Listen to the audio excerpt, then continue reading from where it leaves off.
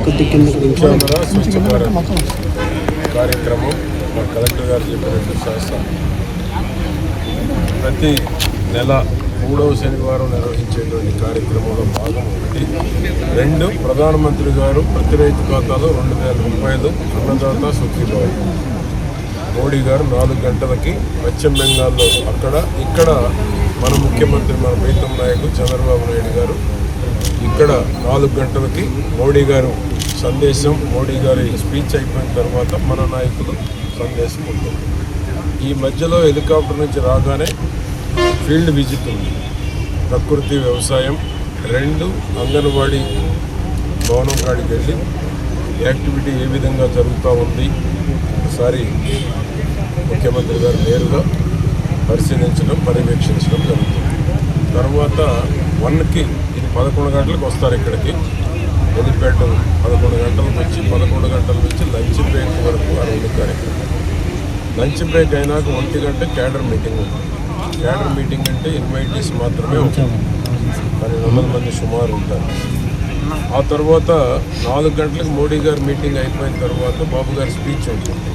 అన్నదాత సుఖీభవ ప్రజా వేదిక, దాని మీద 4-5 వేల మందితోటి సుమారు 10,000 మంది వరకు రావచ్చు. సరౌండింగ్ విలేజెస్ పెట్టుకొని నిర్వహించడం జరుగుతూ ఉంది. 2 ఏళ్ల పాలన, 2 ఏళ్ల నమ్మకం, అభివృద్ధి, సంక్షేమం మీద కూడా మాట్లాడటం కూడా జరుగుతుంది. చిలకలూరుపేటకు రావడం, చిలకలూరుపేట నియోజకవర్గ ప్రజల అదృష్టం. ఇంత దగ్గరగా ఎప్పటి నుంచో లేడీస్లో కానీ ఈ ప్రాంత ప్రజల్లో కానీ 2 ఏళ్ల పాలన అయినాక బాబు గారు వస్తే బాగుంటుందని ఎప్పటి నుంచో ఎదురు చూస్తున్నారు చిలకలూరుపేట నియోజకవర్గ ప్రజలు. ప్రధానమంత్రి మోడీ గారి మీటింగ్ ఇక్కడే పెట్టారు.